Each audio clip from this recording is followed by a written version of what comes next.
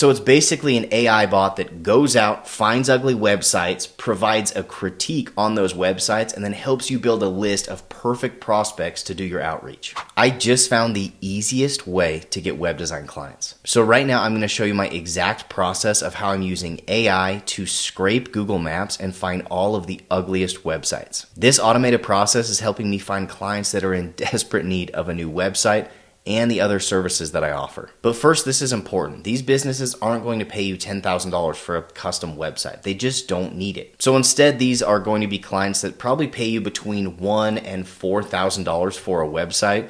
And then we'll talk about other ways that you can bring more recurring revenue by offering additional services. That pricing strategy is going to be really important to this whole process, so more on that in a minute. All right, so selling to local businesses works so well because most of them are operating with horribly outdated websites with nothing but a stale contact form. So they're doing the absolute bare minimum. And the owners of these local businesses are not the type to go out and try to build it on their own or use AI tools to do it for them. They're too busy and too old school to figure it out on their own. But they are feeling the pressure of how much online business is changing with AI. And so you being able to come in and provide a solution and the proper tools to help bring them up to speed is going to be really attractive to them. But the first challenge is finding the right businesses, because there are a lot of local business owners out there that will not be interested and they don't have any desire to change. But there are a lot out there that have bad websites, poor reputations, and almost no online presence. And these are the ones we need to find. Now you can do this manually by just going to Google Maps and looking through all the different businesses and websites, but it's a lot more effective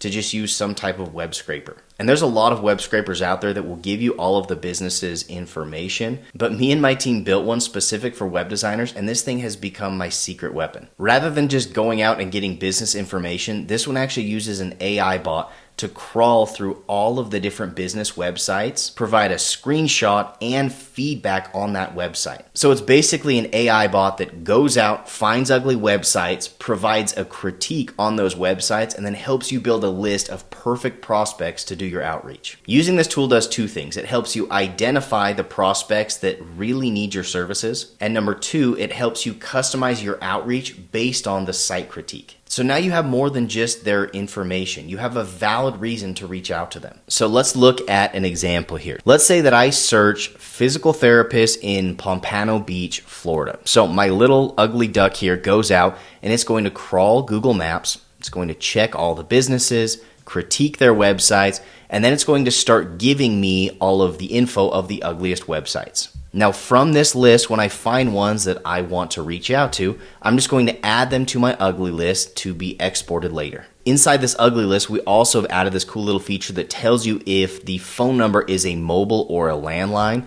And prospects with mobile phones are often more like owner operated. So that means that you have a better chance of actually getting in contact with the owner rather than just a secretary or a gatekeeper. So this will save you a lot of time, stress, and hassle doing cold calls to people that can't even make decisions. Now there are a ton of lesser known industries and US cities, and I feel like that's where the best opportunities are. Those are the businesses that haven't been hit up by every web designer and marketer. So that's where I've been spending a lot of time, is just using this randomizer. You click this button here and it's going to give you a random industry, a random city. And this approach has helped me find a ton of golden prospects that haven't been hit up like all of the dentists and roofers in Dallas, Texas. Now, cold outreach is a numbers game, and so you can't afford to spend a few hours just to get a handful of good prospects. So with just a few minutes on this tool, you can create a really long list of great prospects, and this will dramatically increase your chances of getting new clients from your cold outreach. Now, when it comes to cold outreach, there are really just two different options. You can either export all of these contacts and send cold emails, or you can take the phone numbers and call them on the phone. Cold emailing is definitely easier and less scary,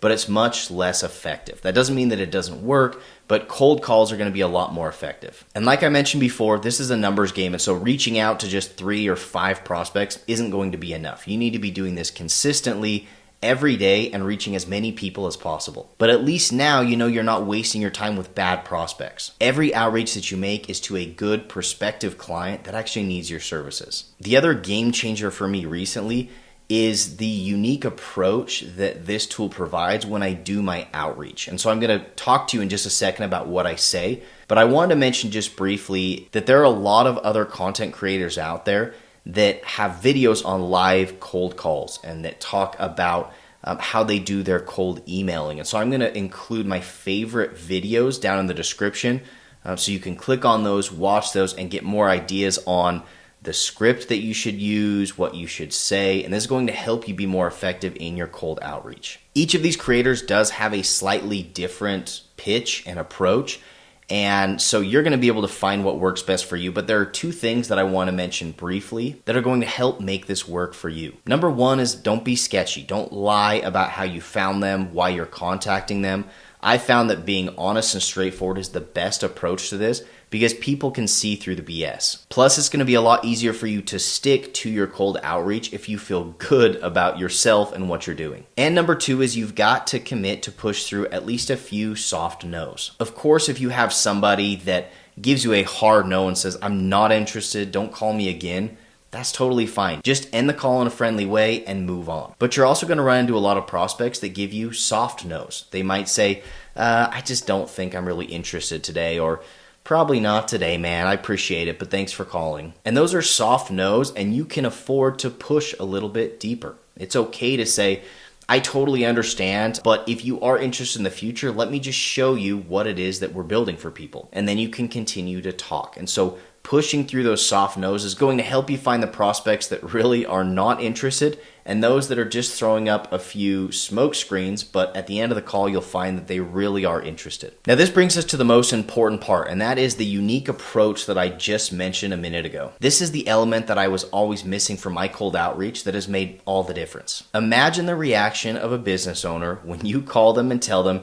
that you found their website on a directory of ugly websites. I promise you this is something that they haven't heard before, and it's going to pique their interest. Bringing this up to them isn't mean because you yourself aren't calling their website ugly, but you're telling them honestly where you found their website and that their website is classified as ugly and outdated. This immediately justifies your reason for calling, it validates why you're there, and it automatically positions you as somebody that's there to help solve a problem that exists, not because you created the problem, but because some other third party has shown that their website is ugly. I love having this as the reason that I reach out to them because it just gives me something to talk about. I know exactly what to bring up. I know exactly what to say, and it just makes me feel like my cold call to them is totally justified. Now, on this initial call, it's probably best not to talk about pricing or try to close them. All you want to do on this first call is set a follow-up call sometime within the next 24 hours to hop on Zoom, see them face to face, and just show them how you can help. That second call is always easier. You're on more of a neutral playing field, and it's going to be a much easier environment for you to sell them. Now, the final piece of the puzzle is just getting your pricing right. You're not going to sell these for $10,000. These are going to be a few $1,000s for the website, and then I suggest having something to sell on the back end. So local SEO, reputation management, Google Ads, any of the cool new AI callback features that are available. The list is endless of ways that you can provide more value to them and in turn create recurring revenue for your business. I'm also seeing a lot of designers out there doing more of a template approach where they're selling a templated website for anywhere between $197 and $497 per month, which sometimes can be a lot easier to sell because there's no big startup cost of thousands of dollars, and instead it's just recurring revenue for you, and it's a service that people are not very likely to cancel. So drop your questions down in the comments. I've got more videos like this coming soon. Thanks for watching, and we'll catch you in the next one.